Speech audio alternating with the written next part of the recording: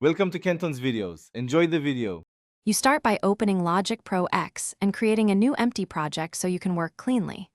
Create either a software instrument track for MIDI or an audio track for vocals, and name it to stay organized. This matters when sessions grow. Once done, check audio settings, pick 44. 1 kHz or 48 kHz, and set buffer to 64 128 samples for low latency. Make sure low latency mode is on if recording. This reduces delay and keeps timing tight. You now record and shape your performance. Enable the metronome and count-in, then record takes using punch-in for precise sections. After capturing, switch to editing. Use flex time to correct timing on audio and quantize MIDI selectively so feel remains natural.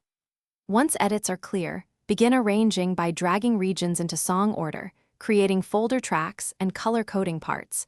That makes navigation instant. Also use take folders to comp the best phrases, because combining takes yields the strongest result. You finish by mixing. Balance track faders, apply EQ and compression to shape tone and dynamics, and send to reverb or delay buses for depth. Once mixed, check the master meter and leave about 6 dB of headroom, adding a gentle limiter only if needed.